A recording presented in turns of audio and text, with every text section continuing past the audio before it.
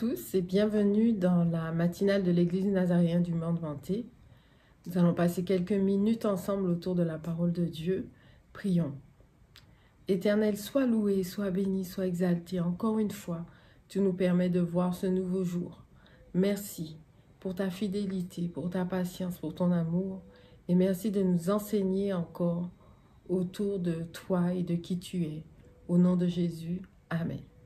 Amen. Eh bien, alors que je faisais ma méditation, il y a un verset qui a retenu mon attention et qui se trouve en Ézéchiel 28, verset 2.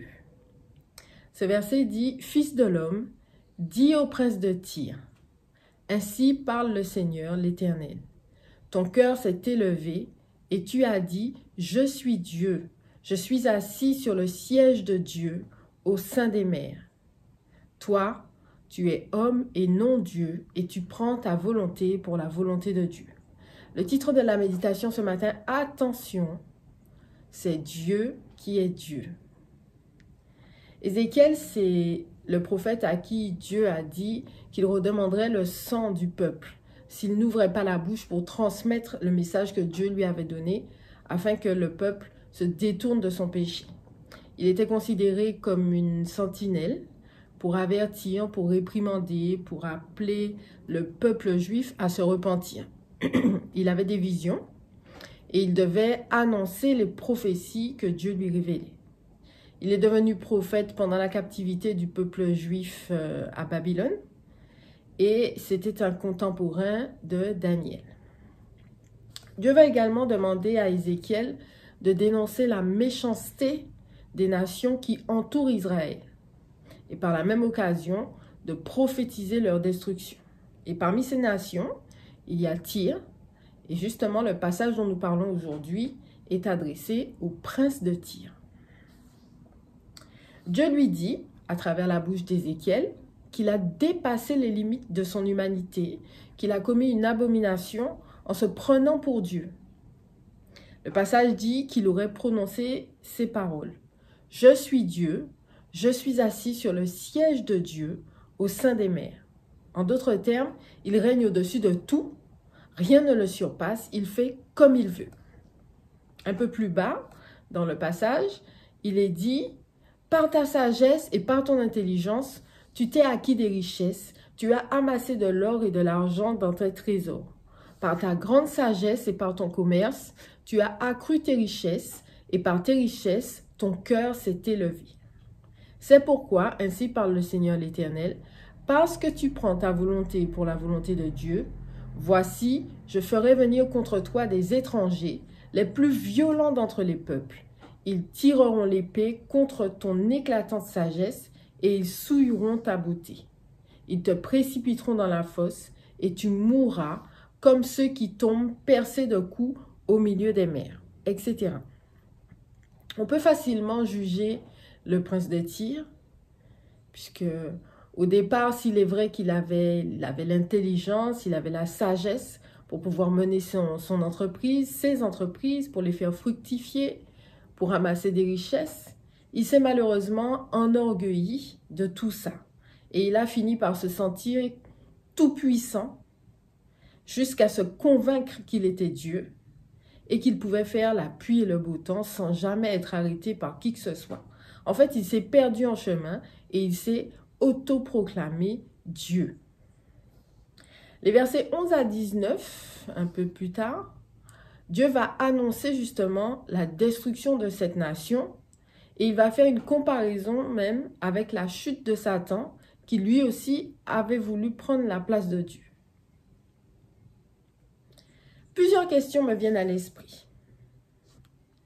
Ne nous prenons-nous pas pour Dieu de temps en temps? Deuxième question, pouvons-nous demander à Dieu de nous contraindre à faire sa volonté? Et troisième question, que pouvons-nous faire pour ne pas nous égarer? Eh bien, la question 1, je dirais que pas besoin de dire « je suis Dieu » pour se prendre Dieu. Notre attitude le dit des fois. Nous voulons tout contrôler, tout gérer. Nous essayons de changer les autres. Nous jugeons la vie des autres. Nous créons des règles et des interdits que Dieu lui-même n'a pas instituées. Enfin, pas mal de choses que nous faisons qui montrent que nous prenons pour Dieu quelquefois. À la deuxième question, je dirais non, le désir de Dieu n'est pas de nous contraindre à faire sa volonté, mais plutôt de nous enseigner à être matures, réfléchis, à analyser chaque situation à la lumière de sa parole et d'arriver à suffisamment l'aimer pour désirer ne faire que ce qu'il dit qui est bien et qui est en conformité avec qui il est. Et ces choix viennent de nous, parce que je crois que être chrétien et disciple, c'est une succession de choix personnels basés sur la mort et sur la résurrection de Christ. Enfin, pour éviter de s'égarer, il faut être conscient de certaines réalités. Alors, je vais faire une petite liste qui est non exhaustive, mais qui peut déjà nous donner quelques pistes, quelques indications. Tout ce que je possède n'est que grâce. Mes dons et mes talents me viennent de Dieu. Dieu est le Créateur, je suis sa créature. Dieu est le Père, je suis son enfant.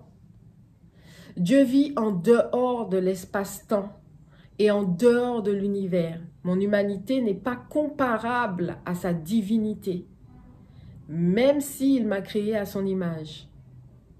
Dieu peut tout. Il pourrait m'obliger, mais son but est que je fasse les bons choix de façon intentionnelle, parce que j'ai compris mon identité en lui. Je ne sais pas tout, mais je connais celui qui sait tout. C'est une réalité. Je ne peux pas être partout et apporter des solutions à toutes mes circonstances, mais Dieu, lui, il le peut. J'ai le droit d'avoir des désirs, d'avoir ma propre volonté et de faire des projets, mais j'ai le Saint-Esprit en moi pour m'amener à orienter mes choix en direction de Jésus. Je ne suis pas Dieu et je ne le serai jamais. Mais si j'ai accepté Jésus-Christ dans ma vie, j'ai le privilège de recevoir les révélations de Dieu pour mon salut et mon bonheur. Et pour finir, Dieu m'aime comme jamais personne ne pourra le faire. Alors faisons attention à ne pas nous perdre. Donnons à Dieu la place divine et acceptons d'être des humains. Mais attention, des humains rachetés à grand prix.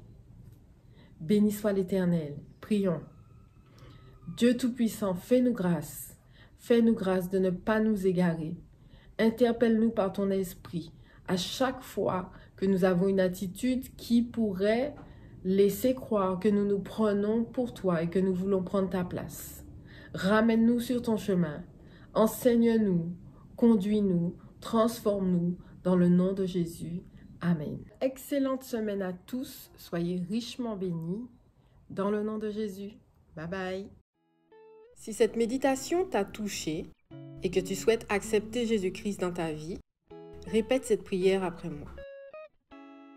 Dieu, je sais que je suis un pécheur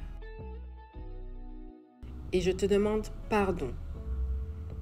Normalement, la conséquence de mes péchés et de mes mauvaises décisions, c'est la mort. Mais je crois que Jésus-Christ a pris ma place sur la croix. Il est mort et ressuscité pour le pardon de tous mes péchés. Aujourd'hui, j'accepte Jésus comme le Sauveur et Seigneur de ma vie. Merci Jésus de faire de moi un enfant de Dieu. Aujourd'hui, je m'engage à te suivre. Au nom de Jésus, Amen.